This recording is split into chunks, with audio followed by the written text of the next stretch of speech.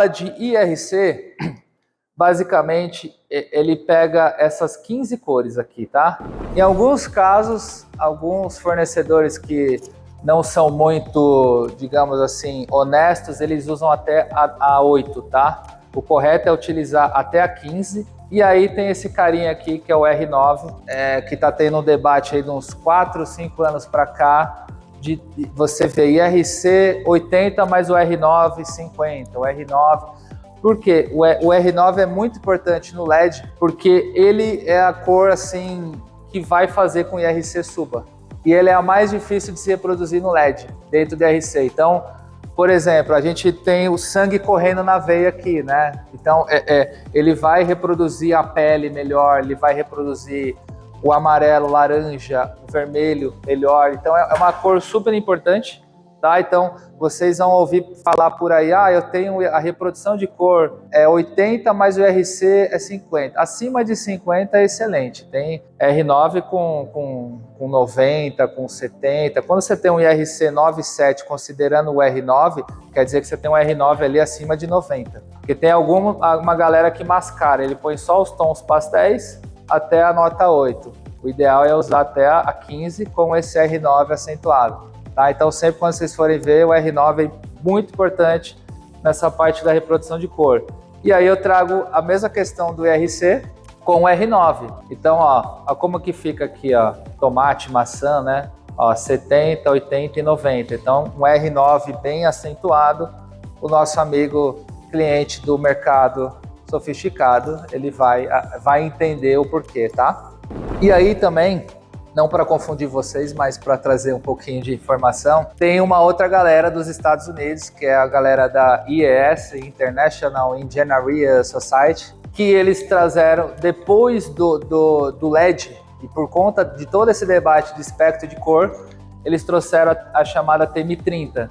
Alguns fornecedores, eles falam tanto de RC como o TM30, porque ele vai pegar, em vez de 15 cores, 99 cores. E aqui a gente tem um gráfico, tá? Todas as cores que estão aqui, ela vai estar aqui dentro, tá? Então, aí é uma coisinha um pouquinho mais aprofundada. Alguns fornecedores aqui no Brasil já trabalham com TM30 e eles usam as duas tabelas, IRC e a TM30.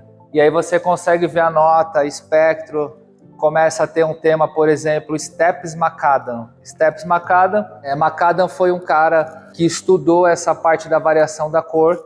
Então, um exemplo, só para exemplificar aqui para vocês. Vamos imaginar que aqui, ó, eu tenho um amarelo 3000 kelvins, tá? Bem aqui no ponto. O Steps, ele é uma elipse, tá? Que ele vai medir essa curva do espectro de cor, que vai influenciar a reprodução de cor.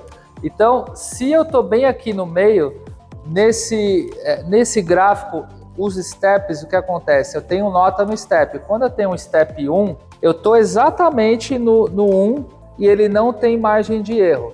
É o LED mais caro que tem no mundo porque ele tem uma precisão, se você comprar daqui 10 anos, ele vai dar exatamente a mesma cor. Por que essa situação? Esse daí eu esqueci de pegar uma foto, mas não sei se vocês já viram essa situação. Eu tenho uns spots aqui, ó, correndo a parede e ele vai jogar o faixa de luz na parede. Vocês já viram a bordinha do spot? A luz é amarela ou branca e a bordinha verde, a bordinha roxa. Vocês já viram essa cena horrível, mas que é comum? Alguém já viram? Então a gente começa, quando vai estudar iluminação, a gente começa a andar e vai andando assim, né? Tem que tomar cuidado para quem está na frente para não trombar. Que essa bordinha tem a ver com essa parada que são os steps McAdam. Então, quando eu tenho até de 3 a 5, que é o que a gente tem no Brasil, o nosso olho ele não percebe essa variação dos steps, que é essa variação do amarelo do branco.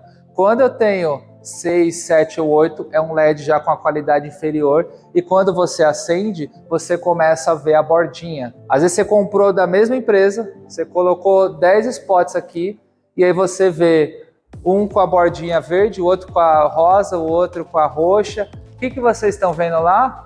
É o que a gente falou lá atrás, ó. Vocês estão vendo aqui, ó. Tá saindo do espectro. Então, isso tem a ver com a qualidade do LED. Então, ele tá saindo porque a gente deveria estar enxergando só o amarelo, neutro ou branco. Só que quando a gente está enxergando um pouquinho, porque todos os LEDs, toda a luz vai ter essa galera lá dentro.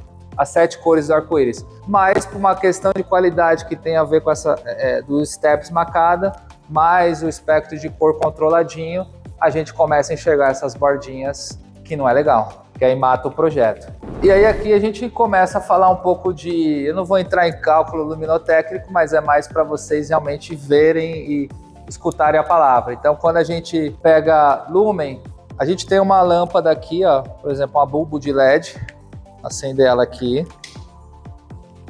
Só que a gente tem uma bulbo, ela substitui a incandescente por conta do formato e substitui aquela fluorescente, né, que eu mostrei para vocês. Os lumens é a medida que eu saio, é o jeito de eu medir essa lâmpada. E ela joga luz para todos os lados. Quando eu tenho uma luz direcionada, isso aqui é uma lâmpada par 20, eu posso ter aqui ó, uma dicróica de LED, são faixas direcionáveis, então é medido em candela, é uma outra nomenclatura. Só que todas elas vão nos dar o lux. O que é o lux? Basicamente é esse pacote de luz que sai da lâmpada, que são os lumens, e a gente vai medir pelo metro quadrado da área. Pegando essa luz que eu tenho aqui pelo metro quadrado, aí eu consigo medir os lux. Então, se vocês forem pegar um projeto de indústria, comércio, local de trabalho, escritório, vou pagar aqui para não arder muita vista de vocês aí.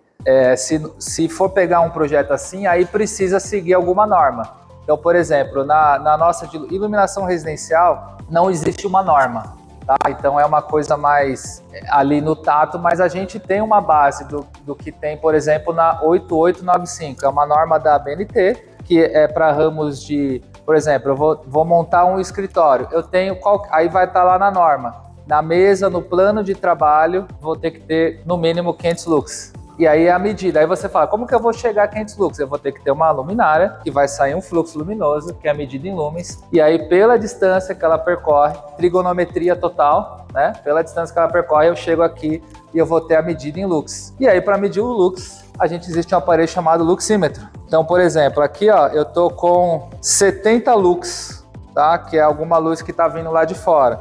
Então, na hora que eu acendo aqui, eu vou ter 900, eu estou muito perto. Aí se eu começo a distanciar, ela vai começar, opa, ó, aqui é onde ele pega, né? Então, vou pegar uma distância maior. 1.200, 1.300 lux aqui. Então eu começo a vir mais longe, já foi para 200, eu já estou em 100 lux aqui, ó, a distância pouca. Então, quando for projetar, tem algumas perguntas que a gente sempre faz. Qual é o pé direito? Por exemplo, o que você quer iluminar? Então a gente precisa saber o pé direito, faz toda a diferença. Então eu tenho um pé direito aqui, por exemplo, deve ter uns 2,70, chuto eu. E aí eu vou chegar até o chão, eu tenho que chegar até a mesa com 500 lux, no exemplo de uma mesa de trabalho. Se o teto for maior e eu usar a mesma lâmpada, vai chegar a 500 lux? Vai chegar a 400, 300. Então é trigonometria, ele vai até alcançar essa luz, eu vou ter menos luz, né? Então, ver se aqui eu consigo... Peraí que eu sou meio atrapalhado, é capaz de eu derrubar tudo aqui. Vocês vão concordar que aqui eu tenho um fluxo maior, ó. Daqui para cá já tá sombra. Então, agora quando eu uso uma luz focada, eu já consigo percorrer um pouco mais, mas ela é uma luz de faixa. O facho está menor aqui. Lâmpadas pontuais de foco, existem graus. O LED proporcionou isso, é muito bom. Então, paisagismo, eu preciso... uma palmeira coqueiro real com o tronco fininho, com 20 metros, e eu quero que ela estoura lá na copa e faz um efeito magnífico. Eu posso pegar um spot com LED de 5 ou 10 graus e fazer o tronco e ela chega lá em cima. Porque se eu pego um facho que ele é médio, que é o mais comum, é 36, 37 graus, ou 60, eu já não tô... O tronco de 20 metros, ele vai iluminar 2 metros e eu vou ter desperdício de luz para o lado. Eu não estou valorizando o que eu preciso valorizar. Eu posso ter, por exemplo, uma escultura, um objeto, uma garrafinha de água, a escultura do cliente que eu quero valorizar com IRC 90, com R9 90, e é aquele lá, Master Blaster Plus. Só que se você erra também no facho, aí você mata. Então, eu quero valorizar essa água, ó. Muda. Agora, se eu uso aqui, ó, eu valorizei essa garrafinha, mudou, né? Ó. Aqui eu tô focando. Essa aqui é uma dicróica de LED. É dicróica. Aí ela também é chamada de GU10 ou GZ10, por conta do soquete, são os termos utilizados aí. E aí o que acontece? Não se preocupem também com sombra, tá vendo sombra aqui ao lado, ó? Sombra é magnífico para a iluminação, eu preciso da sombra ao lado para eu valorizar essa luz. Então a gente vê projetos chapadão, assim, com luz, e aí você entra e você fala, nossa, você só vê um plano só. Divide acendimento, na sala principalmente, dá um interruptor só para o pendente, um interruptor para um spot para você assistir um filme de boa. Se você quiser até dimerizar na sala, também para assistir ali você dimeriza, ou no quarto, por exemplo, no quarto da minha bebê, eu consigo dimerizar uma luz ali, que a minha meta é o quê? Fazer ela dormir mais. Eu fui outro dia, a gente fez uma clínica de estética ali no Anália Franco, e eu queria fazer um efeito de lavar a parede. Era um pé direito de mais ou menos uns 5 metros de altura, e eu percebi que ali eu queria fazer uma R70. A R70 é uma lâmpada, o AR vem de alumínio reflector, então é um corpo de alumínio, e aí ela joga a luz indireta e ela volta. Então o que acontece? Ela estoura menos. Então se eu jogo uma lâmpada dessa, ela dá uma estourada. É bonita, mas dependendo do que você quer, e aquilo ali eu queria... Era um jardim vertical, ao mesmo tempo tinha 2 arandelas. Arandelas são luminárias de paredes, e eu precisava fazer um efeito que tivesse uma intensidade da luz que não invadisse as arandelas. Então, se eu abrisse muito, eu ia resolver o jardim vertical, lindo, maravilhoso, mas eu ia ferrar com as arandelas. E aí, sabendo dessa situação, que não foi planejado, foi uma situação, Bruno, vem aqui me salvar, entendeu? E aí, olhando a situação, aí eu desenhei assim, na mão mesmo. E agora?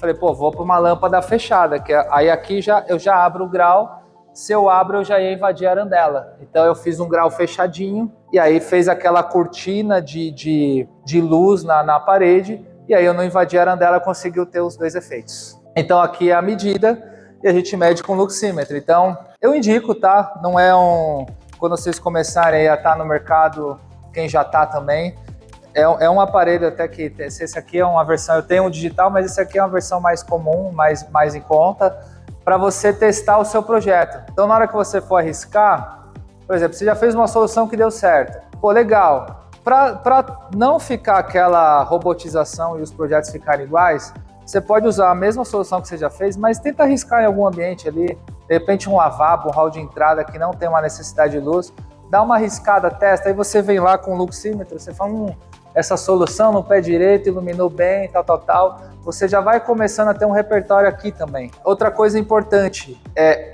como está o ambiente. Revestimento, cor da parede, tá? Tem um termo chamado refletância, que dependendo, por exemplo, aqui a gente está numa sala branca, e aí eu medindo aqui onde estará a água, só para dar um exemplo para vocês, a uma distância de 1 metro mais ou menos, eu tenho 1000 lumens, 1000 lux, né?